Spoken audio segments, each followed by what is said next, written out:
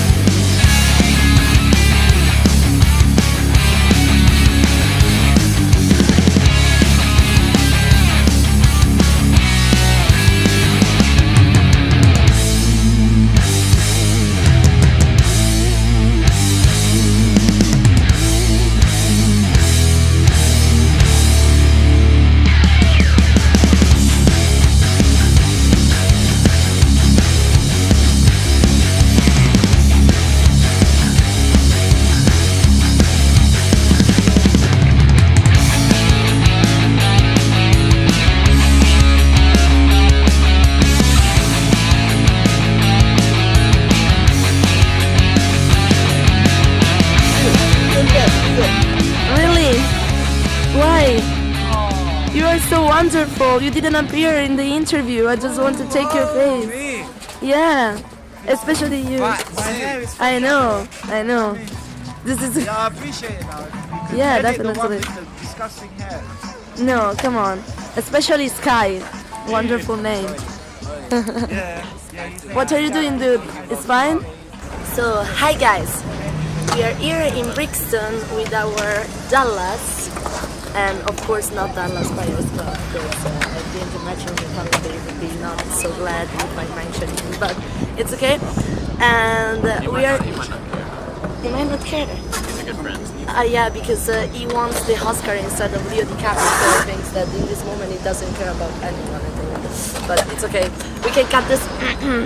So anyway, we are here in Brixton with our fabulous skateboarder and a filmmaker.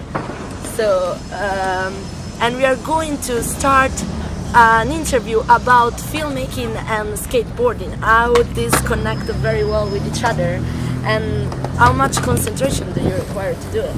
So, So with skateboarding and filming, there's really no right way to do it. A lot of filmmakers use, a lot of skaters use an older style camera, like maybe from the 90s or even like the early 2000s, like an old style, and a lot of guys use the fisheye lens. So the equipment isn't even so important, especially today.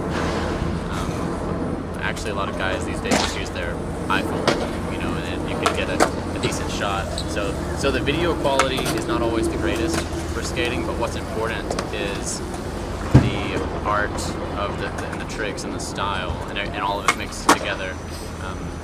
A lot of guys, if you do a really impressive like trick down like a big stair set or something, or it's interesting because my first that's video. more important than the actual quality itself. Yeah, it's interesting because my first video that I did when I was like basically during my education academic course was about a sportive frame of like skateboarders. Yeah. Who were in Florence, and they were basically like lingering around, and I just fixed the camera and start like trying to follow them during their execution or the performance. And sometimes I have this impression that it gives you the direction to how oriented better the camera, because even when you are following the virtuosism of these guys, it's really difficult to take all the frames and trying to get the body and follow him during the video recording. So it requires that you are also able to move yourself very fast. Right. Yeah, and especially from the filmmaker, from the filmer, there's a lot of danger. You can be trying to get a good angle. Maybe you're super low to the skater, like a foot or two from their skateboard, and really it's usually better to focus on the skateboard and not so much the skater. And after the skater does his trick, you can like pan out and see who is doing it. That's a good approach. But what's so dangerous is sometimes the board will fly out and maybe hit you or the camera. And so, yeah, you're right. You have to be very careful, otherwise you can get hurt. Which kind of directors inspire you, like in general? If you have to pick some that really you think that it's gonna stick with your style when you're filming, there's a particular film or something that you saw in your life that you watch and it kind of reminds you of your images. Like when you are creating or composing. I do have some inspiration, but not even so much directors that I can think of off the top of my head. But I do like a lot of. I like Pulp Fiction. That's a good movie. I like Pulp Fiction. Yeah. Death Proof. That director, he does a really good job. I like the grunge style and a lot of the he has a very surreal approach with some of the gruesome effects, but it's not usually over the top. So I like some of those films. I think what makes particular Pulp Fiction is the fact that the characters are almost stereotypical. we have the evil guys and the bad hustle girl that she's trying to get off from his husband. And yeah, we have a lot of very great characterization. Well, we can look at the telephone and search for it. It's so embarrassing I can think of it. But that movie at the time was unique because the way it was shot, the timeline was all over the place. And I don't think there was a movie at the time filmed that way. That the very beginning scene and like the middle scene and the end scene, they were all out of order. Of course. But when the movie ended, it all came together smoothly.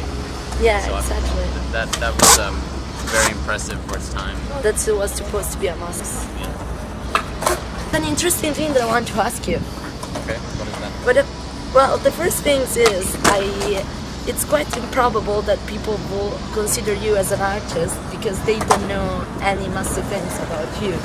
But I do know a thing about you, which is quite interesting, and it seems very related to the field of my artistic field, is the fact that you have your own method in your madness, right?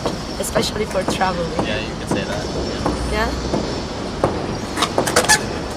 There is a little bit of a method involved, but for me, I usually I go back to like the core fundamentals of my childhood of what I wanted to do, and so there may be a moment where it could be maybe I'm on my way back home or to the hotel or wherever I'm staying that night.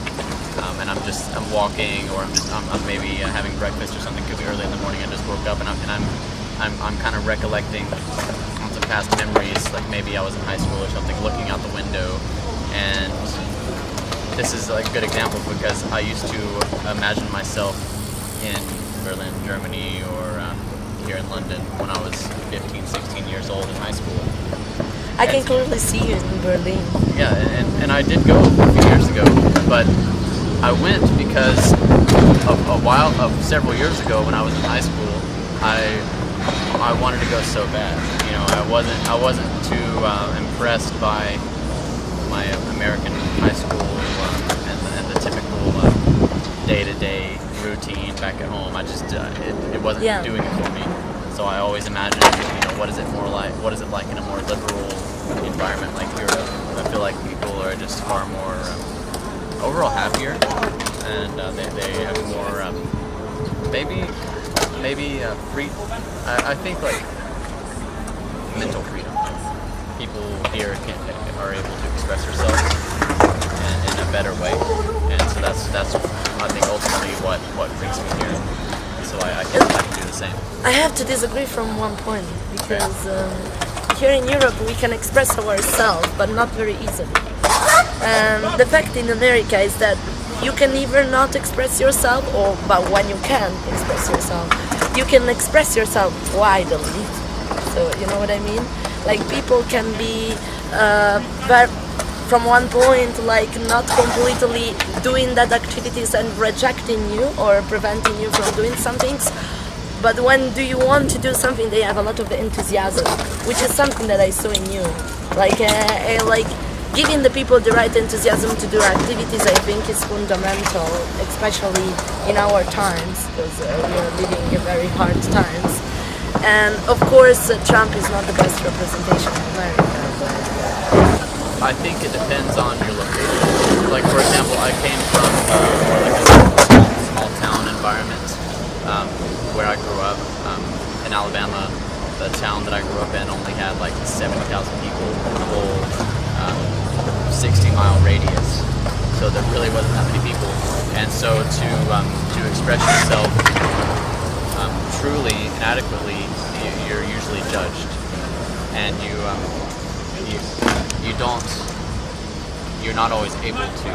So you have to go to maybe if you're in like New York City or like Los Angeles or even a bigger city, it's more accepted. But I feel like here, socially, if you maybe if you walk around nude, or if you have crazy green hair, spiked hair, people don't judge you. It's just normal here. But there, it's a little bit different. Socially, you stand out there. The more unique you are, the more you stand out in the U.S. So, if you want to pick up from two films,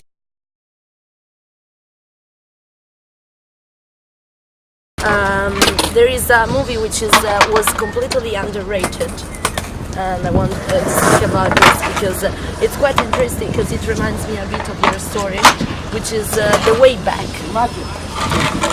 It was firstly appeared into the cinema like some years ago, a couple of years ago, and people didn't really care much about these films because it wasn't like an Hollywood production. And it talks about the story of these people that are escaping from like a Russian lager, and they're trying to cross all Himalaya to get into more the East Asian part, and just to come back to another way to America, which is quite different because you escape from America in a way because you came from Alabama. Yeah, it's a bit opposite.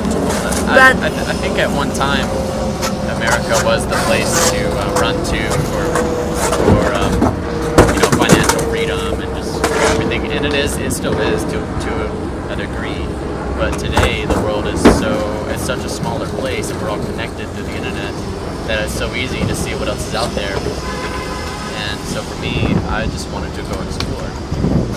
of course, because you want to taste things. Of course, I want to see. Touch it, like. I want to do things I've never done. Yeah, you want to. Meet people I've never met. You want to see if there's something out there that is more like useful. That you want to step a foot onto the ground and just taste the moment for real, right? Yeah, just take it in.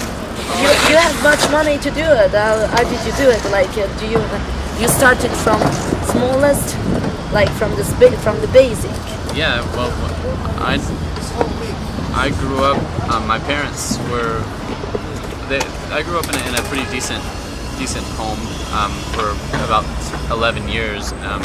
Then when my parents divorced, it got much more difficult, and they split up, and we were kind of divided on me and my brothers where we would stay. And I would stay with my father for a few years after that. But we never really had much money, so they weren't able to pay for me to go to college or anything, and we just barely got by. We weren't hungry or anything, but we definitely didn't have the nicest things. I always had holes in my clothes. Even in school, I always had holes in all my clothes. But yeah, I was able to decide a different life for myself, and so that's why I was able to travel. I've been all over North America this year. I've been to every major city in North America, except maybe like a handful. I've been to like New York City, Miami, Los Angeles, Denver, San Francisco, Vancouver. I've been all over the U.S. practically. And then once, and I did that on my motorcycle. And after going about 22,000 miles, I had enough of the U.S. and I wanted to come over to Europe. So I put my motorcycle on a boat and I flew to London. And in 30 days, my motorcycle will be here, and I'll be able to pick it up and I'll be able to ride. About every time you get on the train, the underground, or the bus, you spend 2 to 3. Just a minute ago on the underground, we paid $3.70 each. It doesn't matter. People pay in different way. Some so people that are confident to take a bus, other people that are confident not to take any transport. Yeah, some people prefer walking, and I can skateboard, but it just makes sense if you travel. I guess I had to go on a bit by myself, and basically the idea was that skateboarding is not only about like a sporty stuff. It's not only about taking a table and just going around with the flow. It's more about choreography also sometimes, and it takes a lot of effort to do it. And I think that a photographer, when decided to take picture of this skateboarding, should be very aware that it's not only about like pressing a clips, but following completely the movements of a person and knowing how to train the body to do it.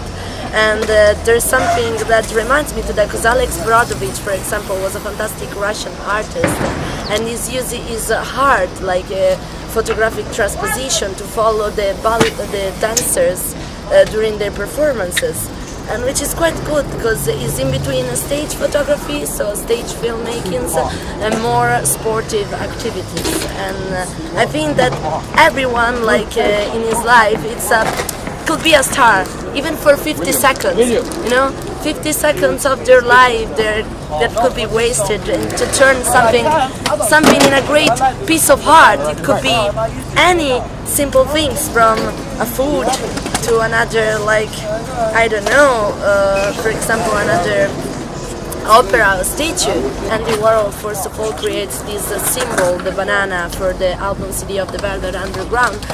He used to mention, like in a simple quote, he limited his own heart in one sentence. Like, everybody can be famous, even for 15 minutes, like, or 15 seconds. 15 seconds of their life can literally change the life of a person and make it.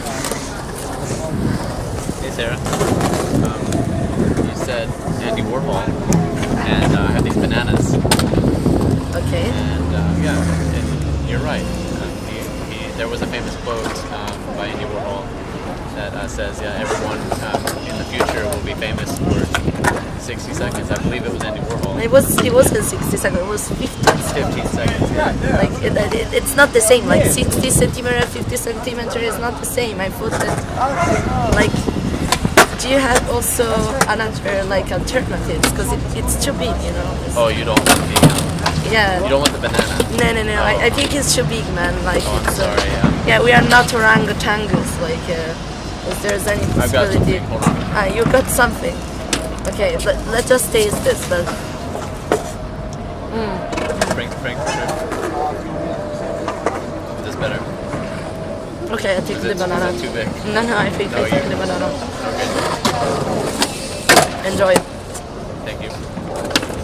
How is it? Cold. It's very warm. Maybe we had a grill. Be better. Yeah. We're just good. Yeah. But you were saying with Andy Warhol? He made a mess. He said that he made a mess, and he was right. We didn't authorize the CD and he created the symbol of the banana because it was the symbol of the most pop commercial things ever. But I understand why he did it. What commercial?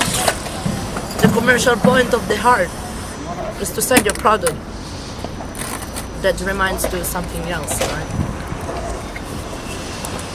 In a way that people remember it. Very easy. Well, thank you. Thank you very much for the interview. Yeah. We can do it again. Yeah.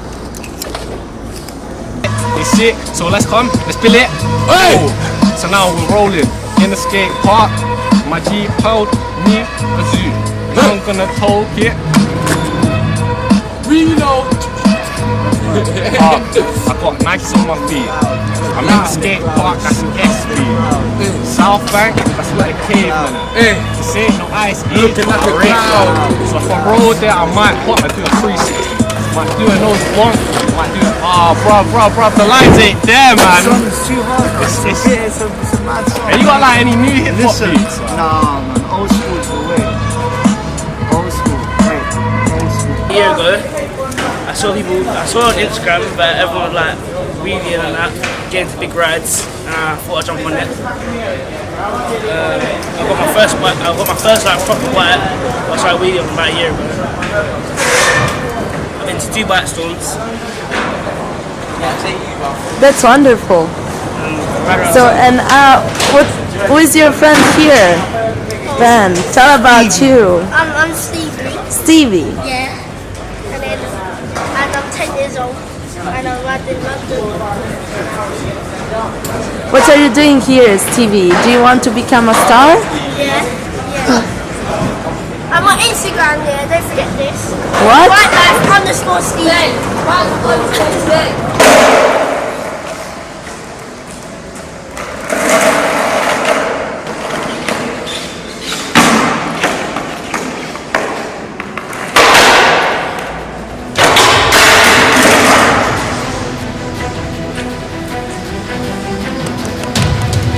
you looking at me?